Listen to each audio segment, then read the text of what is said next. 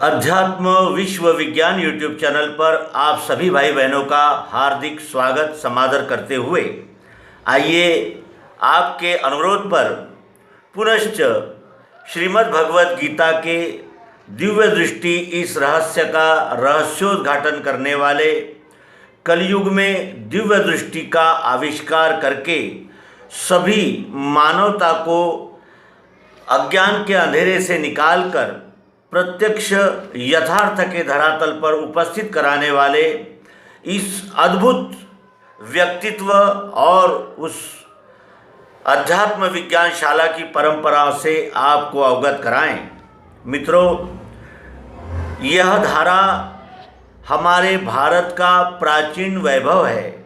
लाखों वर्षों से ये चिंतन हमारे भारत में फला फूला और इस पर अनेक प्रकार के मनीषियों ने चिंतन मनन करके यह यानी जिसे कहते हैं अपराजित विद्या को इस मानव जाति को देने के लिए अपूर्व प्रयास किए और उसी प्रयास का परिणाम विश्वरूप परमात्मा का प्रत्यक्ष यथार्थ दर्शन कराने वाली केंद्रीय अध्यात्म विज्ञान शाला ओंकारेश्वर द्वारा प्रस्तुत यह दिव्य दृष्टि की धारा है। और यह अवतारित्व का कार्य जब जब होता है तब तब धर्म पर आई हुई ग्लानि नष्ट होती है और धर्म अपने तेजस्वी स्वरूप में पुनः वो प्रतिष्ठित होता है और संप्रदाय, धर्म, विचारधारा, मत ऐसी अनेक प्रकार की यानी विघटित करने वाली प्रवृत्तियों का नाश होकर पुनश्च अध्यात्म विज्ञान का सूर्य इस मानवता के आकाश पर जगमगाने लगता है।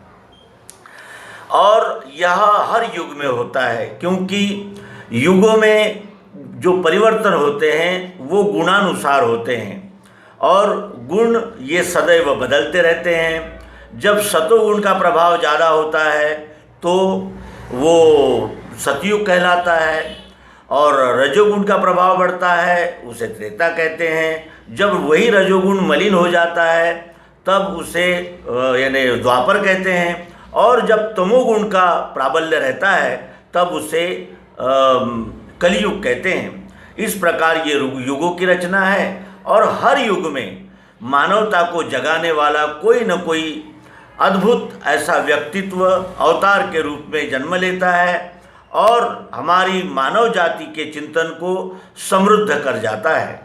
और यही इस अध्यात्म विज्ञान की कसौटी कहिए या अध्यात्म विज्ञान का एक अनुपम ऐसा यानी एडवांटेज कहिए कि उसको प्राप्त करके फिर हमारे धर्म, संस्कृति, ईश्वर आदि प्रकार के सभी संशय भ्रमों का निराकरण हो जाता है और मानवता सत्यता के धरातल पर प्रतिष्ठित होती है। श्री मायानंद जी चैतन्य इन्होंने जो वैदिक विद्या को प्रज्वल यानी पुनरुज्जीवित किया वह श्रीमद् भगवद गीता के 11वें अध्याय में अर्जुन को श्री भगवान श्री कृष्ण जी ने दिया हुआ बोध है। वहाँ केवल उल्लेख है। श्रीमद् भगवद गीता के 7वें अध्याय में क्षर भाव का अर्थात प्रकृति का, 8वें भाव में अक्षर भाव का अर्थात अक्षरात्मा का, पुरुषोत्तम भाव पुरुषोत्तम योग नामक अध्याय 15 में स्पष्ट किया गया है। लेकिन जब तक हमें प्रत्यक्ष यथार्थ प्रयोग द्वारा कोई वस्तु, कोई प्रयोग प्राप्त नहीं होता तब तक हमारे संशय भ्रम भी संपूर्णतया लय को नहीं जाते। और यही प्रत्यक्ष यथार्थ दिव्य दृष्टि का आविष्कार कलयुग में सद्गुरु भगवान श्री मायानंद जी चैतन्य इन्होंने किया। इनके चरित्र हमने यानी स्वतंत्र यानी अंक में दिए हुए हैं, आप उसका अवलोकन कर सकते हैं। यहाँ केवल अध्यात्म विज्ञान शाला और उसके कार्य, उसकी परंपरा के विषय में अल्प में आपको जानकारी देना यही इस अंक का विषय है। नवम बुद्ध अवतार भगवान श्री मायानंद जी चैतन्य, इनका जन्म ग्वालियर राज्यांतर्गत उमरी ग्राम में विक्रम संवत 1925 दिनांक 5 नवंबर 1868 को अगहनवती पंचमी की रात को लगभग 1 बजे अर्थात कलयुग के 5010 वर्ष के कालमान में एक संस्कार संपन्न देसाई कुल में हुआ। उनके पिता लक्ष्मणराव देसाई ग्वालियर राज्य में एक कर्तव्य दक्ष तहसीलदार थे। माता का नाम आनंदीबाई था। भगवान का पूर्वाश्रम का नाम रामचंद्र था। प्यार से उन्हें बचपन में भाऊ कहते थे।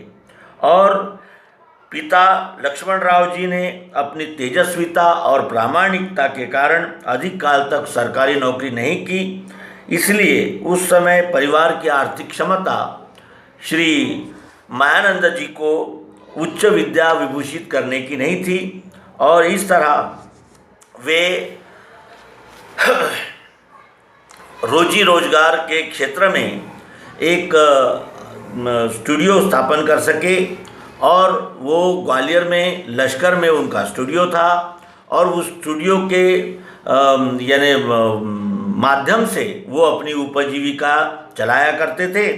और बचपन से ही वे यानी अध्यात्म के विभाग में या अध्यात्म की जानकारी के लिए सदैव प्रयत्नशील रहते थे और इस तरह बाल्यावस्था से ही उन्हें अध्यात्म विषय का आकर्षण था और यही उनके पूर्व जन्म के यानी जिसे कहते हैं कि पूर्व जन्म की स्मृति का एक दृश्य यहाँ हम समझ सकते हैं। सन 1985 में रामचंद्र अर्थात श्री मायानंद जी पिताजी के साथ वाराणसी गए। वहाँ गंगा किनारे दशाश्व में घाट पर एक अत्यंत वयोवृद्ध ज्ञानवृद्ध महान संत स्वामी श्री विशुद्धानंद जी सरस्वती से अल्प समय तक उनका सत्संग हुआ। विशुद्धानंद जी ने उन्हें देखा और उनके तेजस्वी और यानी जिसे कहते हैं कि जिज्ञासु व्यक्तिमत्व का उन्हें देखते ही परिचय हुआ और श्री रामचंद्र जी ने उनसे तेजस्वी वाणी में प्रश्न किया कि सब लोग शब्दों में ज्ञान गा रहे हैं, परमात्मा का प्रत्यक्ष बोध कोई नहीं कराता। क्या आप गीता में उल्लेखित दिव्य चक्षु का रहस्य जानते हैं? और यदि जानते हैं तो क्या आप मुझे वह दिव्य चक्षु प्रत्यक्ष दे सकते हैं? 16 वर्ष के युवक का यह मर्मशोधक तेजस्वी प्रश्न सुनकर विशुद्धानंद जी का हृदय कृतार्थता से पुलकित हो उठा। ऐसे अधिकारी विभूति की प्रतीक्षा में उन्होंने अपना जीवन यज्ञ अब तक प्रज्वलित कर रखा था। सामने पड़े हुए एक कंकड़ का अधिष्ठान रखते हुए स्वामी विशुद्धानंद जी ने 2-3 मिनट की अवधि में ही दिव्य चक्षु के रहस्य का उद्घाटन कर रामचंद्र को मनोवांछित दिव्य दृष्टि का अनुभव प्रदान किया तथा उनके अवतारित्व की ओर संकेत किया। दिव्य चक्षु का त्रिपुटी द्वारा संक्षेप में भेद प्रकट कर इस बीज का वृक्ष कर विश्व में स्वयं अपना पुरुषोत्तम पद सिद्ध करो। इस अनुभूति से भगवान का अंग अंग दिव्य आनंद से पुलकित हुआ। मानो शास्त्र सूर्यों का तेज उनके विशाल और आकर्षक नेत्रों में दीप्तिमान होने लगा। सद्गुरु अनुभव से कृतार्थ हो स्वामी विशुद्धानंद जी को अपने हृदय सिंहासन पर प्रतिष्ठित कर वे पिताजी के साथ वापिस घर लौटे। उनका पूर्वाश्रम का अधिकांश समय ग्वालियर में ही व्यतीत हुआ। पारिवारिक जिम्मेदारियों के कारण आपने कुछ समय शासकीय सेवा भी की, लेकिन स्वतंत्र प्रज्ञा के रामचंद्र का मन सरकारी नौकरी में रममाण होना कैसे संभव था? नौकरी छोड़कर उन्होंने ग्वालियर में सन 1892 में अपना स्वतंत्र फोटो स्टूडियो स्थापित किया। वे स्वयं अच्छे चित्रकार और कवि भी थे। कलात्मक ढंग से छायाचित्रण करने से इस व्यवसाय में अल्पावधि में ही धन्यो गृहस्थाश्रमः। सन 1888 में उनका विवाह श्री भिकाजी पंत ठाकुर ग्वालियर निवासी की कन्या जानकी देवी से हुआ था। उन्हें केशवराव श्रीधरराव नामक 2 पुत्र रत्न तथा द्वारका नामक कन्या रत्न हुए। वैदिक आर्यों के यथार्थ गृहस्थाश्रम का आदर्श उन्होंने जनता के सामने रखा। ईस्वी सन 1885 से 1909 तक उन्होंने गृहस्थाश्रम को अपने पुरुषार्थ से संपन्न करते हुए सद्गुरु प्रदत्त दिव्य दृष्टि का मनन किया। व्यवसाय में रहते हुए उन्होंने सभी वेद, उपनिषद, शास्त्र, स्मृतियाँ, पुराण, कुरान, बाइबल आदि ग्रंथों का सूक्ष्म अध्ययन, निरीक्षण किया। तुलसी, कबीर, ज्ञानेश्वर, नामदेव, एकनाथ, तुकाराम, रामदास आदि संतों के वाङ्मय का भी गहरा अभ्यास किया। काव्य, नाटक, गीत, अभिनय आदि सभी विद्या और कलाओं से उनका दिव्य व्यक्तिमत्व सर्वांग परिपूर्ण था। उन्हें मराठी, हिंदी, संस्कृत, गुजराती तथा उर्दू आदि भाषाओं का अच्छा ज्ञान था। अंग्रेजी तथा पर्शियन भाषा का भी उनको अभ्यास था। खेलकूद में भी वे पीछे नहीं थे। सभी क्षेत्रों में नेतृत्व करने की उनकी क्षमता थी। गृहस्थाश्रम के 2 तप दिव्य चक्षु के मनन में व्यतीत करते हुए उन्हें अपने जीवन कार्य का स्पष्टता से बोध हुआ तथा सद्गुरु स्वामी श्री जीवनानंद जी के संकेतानुसार अपने अवतारित्व के अंतस्फूर्ति को कार्य रूप में परिणित करने के लिए उनकी सर्व प्रकार की पूर्व तैयारी हो चुकी थी। कलियुग के 5010 वर्ष व्यतीत होने पर 5 मई 1909 की वैशाख पूर्णिमा को परिवार की संपूर्ण व्यवस्था कर कुटुंब प्रमुख की जिम्मेदारी अपने कनिष्ठ भ्राता श्री नारायण राव जी देसाई पर सौंपकर अवतार कार्यार्थ उन्होंने गृह त्याग किया। स्वयं स्फुरित भावनानुसार बुद्ध गया में उन्होंने गृहस्थाश्रम अर्पण किया और अपने अवतार कार्य का प्रारंभ किया और यही दिन भगवान के अवतार कार्य का जन्म दिवस है। उसके अनंतर पौराणिक अगर परिप्रेक्ष्य में इस अवतार कार्य को देखा जाए तो महर्षि वेद व्यास की भविष्यवाणी, कृष्ण द्वैपायन श्री व्यास जी ने स्कंद पुराण, भविष्य पुराण तथा भागवत पुराण में कलयुग में होने वाले नवम बुद्ध अवतार का सामान्य भविष्य कथन किया है।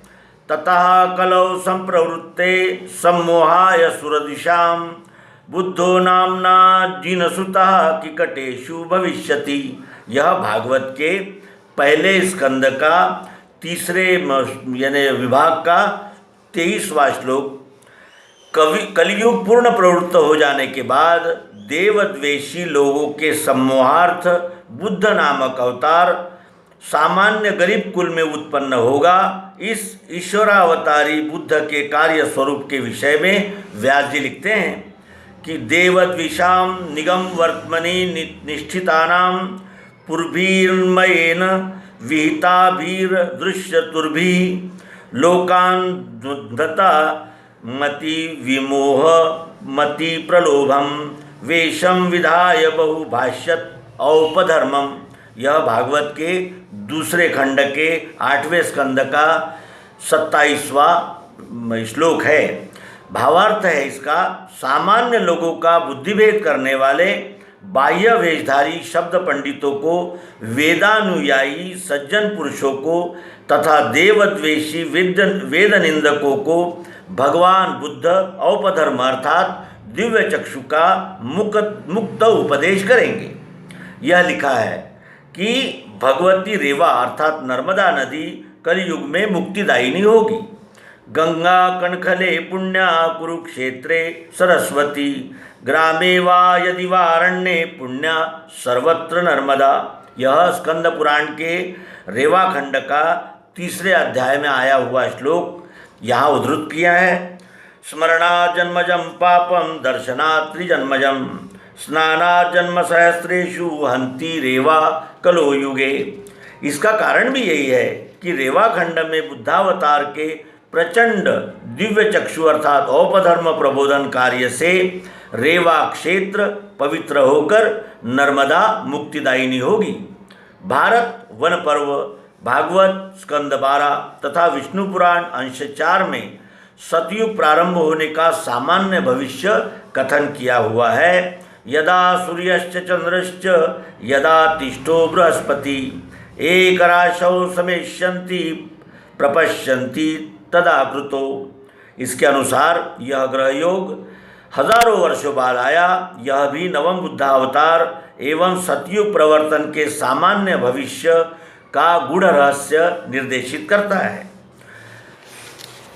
अमरकंटक में श्री मायानंद जी चैतन्य इन्होंने जो अलौकिक तपश्चर्या की और जहाँ से दिव्य दृष्टि औपधर्म का सूत्रबद्ध और अत्यंत संक्षिप्त और प्रत्यक्ष यथार्थ जो सार निकल कर आया, जो सर्वांग योग हम सबको प्राप्त हुआ, उसके विषय में भी जाने। व्यासदेव की सामान्य भविष्यवाणी की यथार्थता सिद्ध करने के लिए मानो भगवान श्री मायानंद जी ने भगवती नर्मदा के पावन तट पर अपनी अश्रुतपूर्व घोर तपस्या कर दिव्य चक्षु के शंखध्वनि से पूरा नर्मदा खंड जागृत किया।